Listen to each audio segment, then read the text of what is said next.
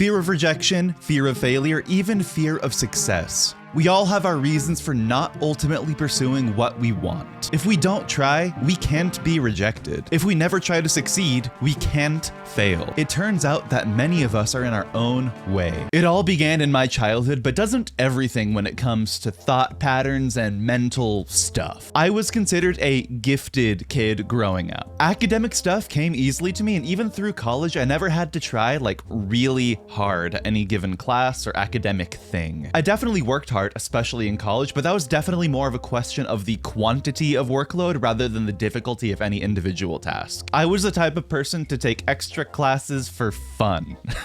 But anyways, as a gifted kid, there emerges a strange thought pattern.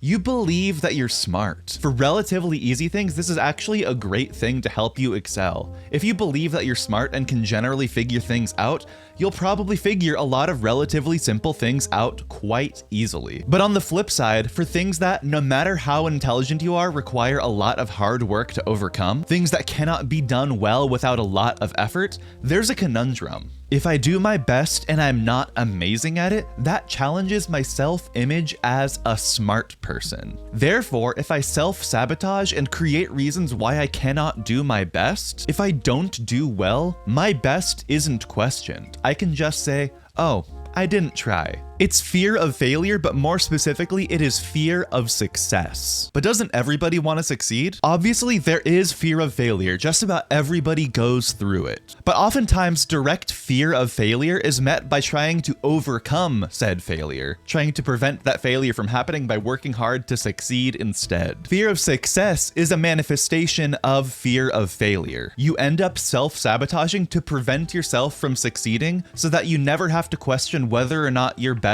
is enough. If you try hard and still end up failing, you might have to question your identity as a smart person. So this whole concept of fear of success is something that I've been aware of for a very long time, and I actively work on, and it's not like debilitating in my life or anything. Like, I still challenge myself. Like, I've read Mindset by Carol Dweck. I'm a firm believer in growth mindsets, that if you believe you can grow and change, you can grow and change. But oftentimes when it comes to these types of things where there's fear of success involved, I still end up falling into a fixed mindset where like my identity is challenged if I end up failing at something. Even as I improve myself, the fear and resulting self-sabotage are still there sometimes. For example, up until recently, I've struggled with losing weight. I say up until recently because if you look at my videos from like November last year compared to now, I am a lot slimmer. But the times when I have struggled, like I know what I should and shouldn't do or eat, but I'd like get McDonald's and beer or something. Even though I was dieting, I would self-sabotage by eating the junk food. It wasn't my inadequacy as a person for why I didn't hit my weight goal. It was just the junk food that I occasionally had. That's an easy scapegoat. By intentionally setting myself up for failure, I failed and I didn't have to question my identity because of it. The same goes for the job hunt and pitching my freelance services. If I think I'm overqualified for a job and don't even apply, that guarantees that I never need to interview or try at that job. I never have to worry about not getting that job if I don't apply. If I overanalyze a potential client, I can find 50 reasons to not send them an email to pitch my services. If I never try, I can't be rejected. You never miss the shots you don't take, which is the exact opposite of the idea of you miss every shot that you don't take. If I know I'm not doing my best, I never need to question that sometimes my best isn't enough. For many people, the biggest obstacle for growth is you. But first, a quick story on how I really came to this realization. I recently went through something in my personal life where I tried my best and still failed. I was in an amazing relationship for over 2 years, but unfortunately it ended. There were issues we were working through and I was willing to do whatever it took to fix things and move forward. I tried my best and it wasn't enough, and honestly, trying my best, I applied that effort to all the wrong things and ended up making it worse. But that's enough detail on my personal life. And you know what? I survived. It sucked, and it honestly really still sucks, especially knowing that it was mostly or entirely my fault. Sorry. While that heartbreak will probably be something that takes me months, if not years, to fully heal from, I'm still standing, and I really hope she's doing well too. And if she's watching this, I'm sorry for how I made things worse. This was not any easier the second time. This is my second time recording this video, and I had to re-record it because of audio and video issues.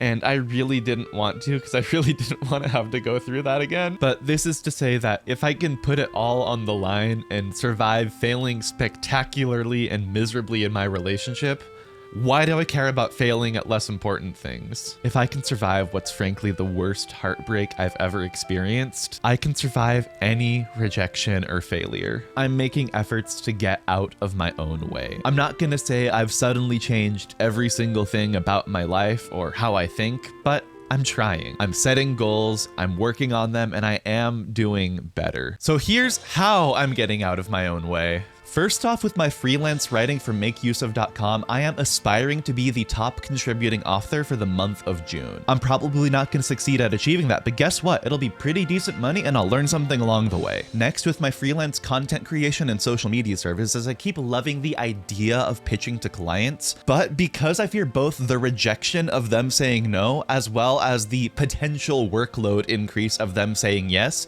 I just freeze. Thus, very soon, I'm going to pitch 10 potential clients in 10 days, and I will make a video about it. Hold me accountable. When it comes to the ocarina, I tend to avoid playing super challenging music or like recording actual performances. On one end, I legitimately don't really like the process of solo recording because of some weird perfectionism in my mind, but also there's that fear again, and it's like, if I try my best and you don't like it, what does that say about me as an ocarinist? Well, baby steps, because of my ocarina videos, mainly my ocarina reviews, I'm gonna be playing more challenging music when I do play music. When it comes to my YouTube channel, I will often get into a really good rhythm, upload like super consistently for a month, maybe 2 months, and then there'll be one hiccup, I fall out of that rhythm, and then I just like don't upload for a month. And that fear of success, like maintaining that standard of work and quality, that's the fear of success rearing its ugly head yet again. So right now I'm working to develop at least a 2-week backlog of videos. If you were paying attention, you might have noticed that I mentioned for the month of June about freelance writing, yet this video is going up on July 1st. Well, guess what? I wrote this video's script on June 13th and I'm recording it on June 17th.